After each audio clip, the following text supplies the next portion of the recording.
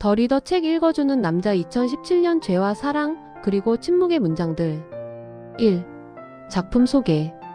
영화 더 리더 책 읽어주는 남자는 한 소년과 한 여성의 관계를 통해 사랑이 남긴 흔적과 죄의 무게 그리고 인간이 감당해야 할 책임을 깊이 있게 탐구하는 작품이다. 이 영화는 단순한 멜로 영화처럼 시작하지만 시간이 흐를수록 개인의 감정이 역사적 비극과 맞닿는 지점으로 관객을 이끈다.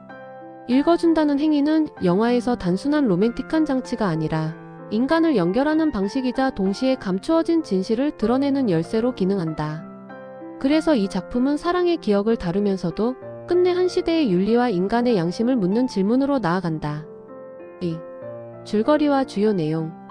이야기는 10대 소년 마이클이 병을 앓고 쓰러진 어느 날 그를 도와준 여성 한나를 만나면서 시작된다. 마이클은 한나에게 끌리고 둘은 조심스럽지만 강렬한 관계를 맺는다. 이 관계 속에서 마이클이 반복적으로 하는 일이 하나 있다. 바로 책을 소리내어 읽어주는 것이다. 마이클이 읽는 문학 작품들은 한나의 일상 속으로 스며들며 두 사람 사이에는 단순한 육체적 관계를 넘어선 묘한 친밀감이 생긴다. 그러나 어느 순간 한나는 아무 설명도 없이 마이클의 삶에서 사라진다. 마이클은 그 이유를 알지 못한 채 상실을 품고 성장한다.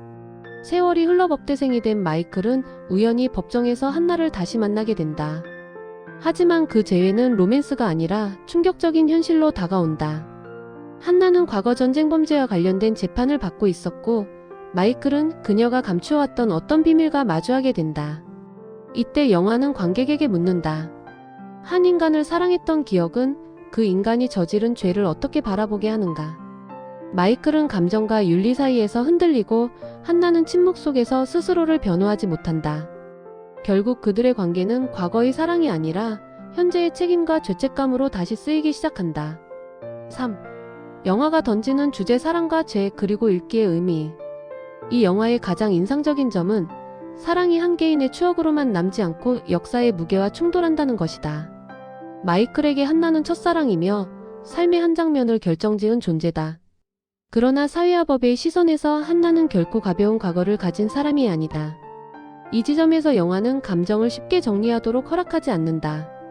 관객은 한나를 단순히 악인으로 단죄할 수도 없고 그렇다고 피해자로만 감싸 안을 수도 없다.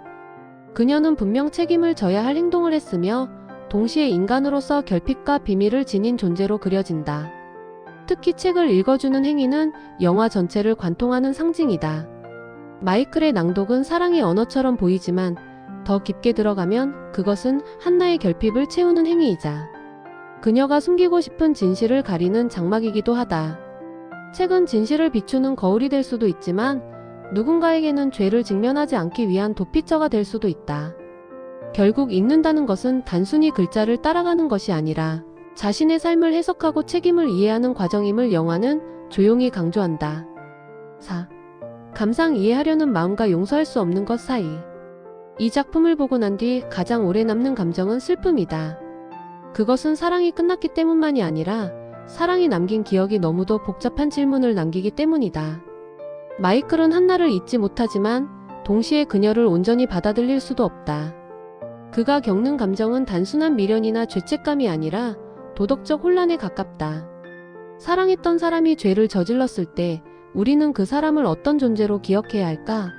사랑의 순간이 진실이었다면 그 사랑은 죄를 덮을 수 있는가? 혹은 사랑조차 죄 앞에서는 무력해지는가? 영화는 이러한 질문에 명확한 답을 주지 않는다. 대신 관객이 스스로 판단하도록 만든다. 그리고 그 침묵 속에서 영화는 오히려 더 강력해진다. 개인적 감정과 역사적 책임이 충돌할 때 우리는 얼마나 쉽게 누군가를 이해했다고 말할 수 있는지 혹은 얼마나 쉽게 누군가를 단죄해버리는지 돌아보게 된다. 또한 한나의 침묵은 단순한 무표정이나 냉정함이 아니라 인간이 가진 부끄러움과 두려움 그리고 자존심이 만들어낸 복합적인 결과처럼 보인다. 그녀는 자신을 변호하지 못하고 자신의 과거를 바로잡지 못한다. 그 침묵은 결국 그녀의 삶을 규정하는 문장이 된다. 5. 결론 끝내 읽히지 못한 삶의 페이지들. 더 리더 책 읽어주는 남자는 사랑 이야기로 시작해 인간이 짊어져야 할 죄와 책임의 문제로 관객을 데려간다. 이 영화가 특별한 이유는 전쟁 범죄라는 거대한 역사적 소재를 다루면서도 그것을 추상적인 비극으로 처리하지 않고 한 사람의 삶과 감정 속에 구체적으로 담아냈기 때문이다. 마이클이 읽어주던 책들은 한나의 마음을 흔들었지만 결국 한나가 끝내 읽어내지 못한 것은 책이 아니라 자신의 삶이었을지도 모른다. 그리고 마이클이 끝내 풀지 못한 것은 한나의 비밀이 아니라 사랑과 죄가 동시에 존재할 수 있다는 잔혹한 현실이었을 것이다. 이 작품은 관객에게 말한다. 어떤 삶은 사랑으로도 구원되지 않으며 어떤 죄는 이해로도 사라지지 않는다. 그러나 그럼에도 불구하고 인간은 타인의 삶을 읽어보려는 노력을 멈추지 않아야 한다고. 그 노력 속에서만 우리는 비로소 더 인간다운 질문을 품을 수 있기 때문이다.